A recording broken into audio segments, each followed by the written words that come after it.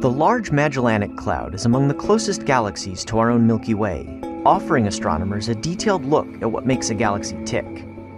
One of its most striking features is the Tarantula Nebula, a star-forming region more active than any in ours or other neighboring galaxies.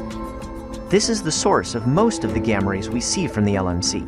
Astronomers had thought the emission was a byproduct of star formation, which includes short-lived massive stars whose explosions produce shock waves that can accelerate particles.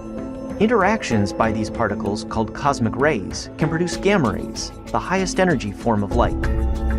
But a discovery by NASA's Fermi Gamma Ray Space Telescope has turned this thinking on its head. Most of the emission arises from a single gamma ray pulsar, the first ever detected in another galaxy. Pulsar J0540-6919 turns out to be the most luminous gamma ray pulsar yet observed, beating the previous record holder, the famous Crab Nebula pulsar in the Milky Way, by 20 times.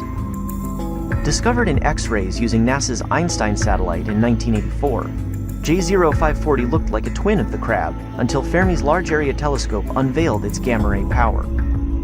While Fermi is the most sensitive gamma ray telescope ever launched, its vision is not as sharp as telescopes using other wavelengths.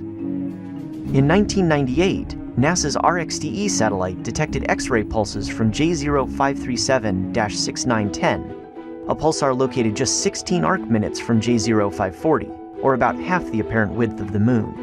In the early years of Fermi's mission, the two pulsars were seen only as a single steady gamma ray source. But the vision of Fermi's Large Area Telescope improves over time for two reasons. First, it collects more gamma rays, and each one adds to the story of cosmic sources. Second, Fermi scientists improve their knowledge of the instrument, allowing them to reanalyze existing data to tease out more detail. Thanks to new data and a reprocessing of old, Fermi scientists were finally able to detect gamma ray pulses from J0540, revealing its incredible luminosity. The object is responsible for perhaps 60% of the gamma rays from the Tarantula Nebula. The surprise that it's the pulsar, not the nebula, suggests astronomers need to revisit their understanding of how cosmic rays are produced and move through star-forming regions. And the best way to do that, of course, is to keep watching the sky.